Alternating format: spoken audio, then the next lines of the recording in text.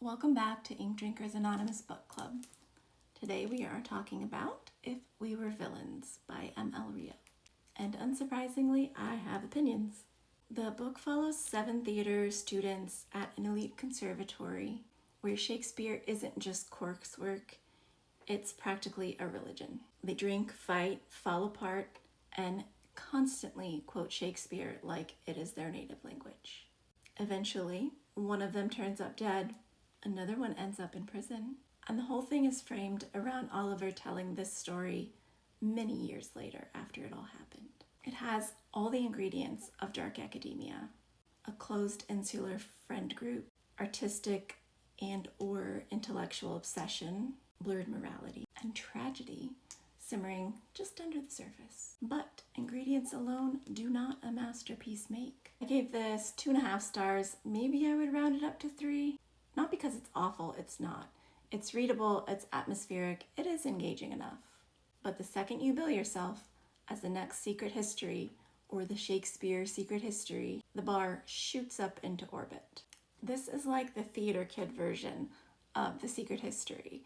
It's not pretentious intellectuals, it's pretentious adolescents who have mistaken quoting Shakespeare for having depth. And honestly, the constant Shakespeare quoting at each other made me want to hand out citations for unnecessary monologuing in a public space. But let me be fair, some things do work really well in this book.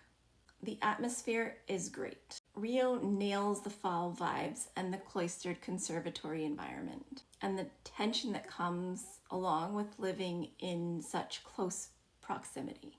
And the pacing is pretty good. It's compulsively readable.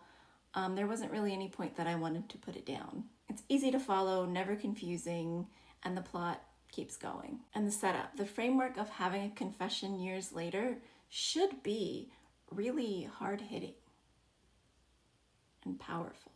I was ready for something rich and layered and Shakespearean in all the right ways, but we didn't get there. Why, you ask?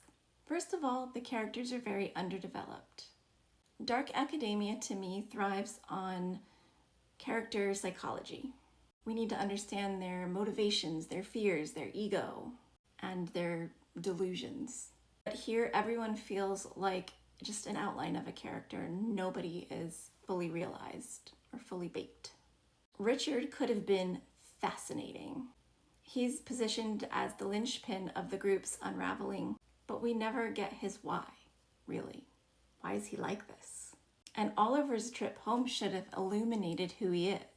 But it felt more just like a narrative requirement, check the box. And the rest of the cast blends together in just kind of a haze of archetypes. The hot one, the nice one, the troubled one, the girl troubled one. You can mimic the structure of the secret history, but if you don't deliver on that psychology, the tragedy doesn't stick. It doesn't matter. What I think hurt the most was Shakespeare as aesthetic, not substance. Rio clearly knows her Shakespeare. Her academic background makes that clear.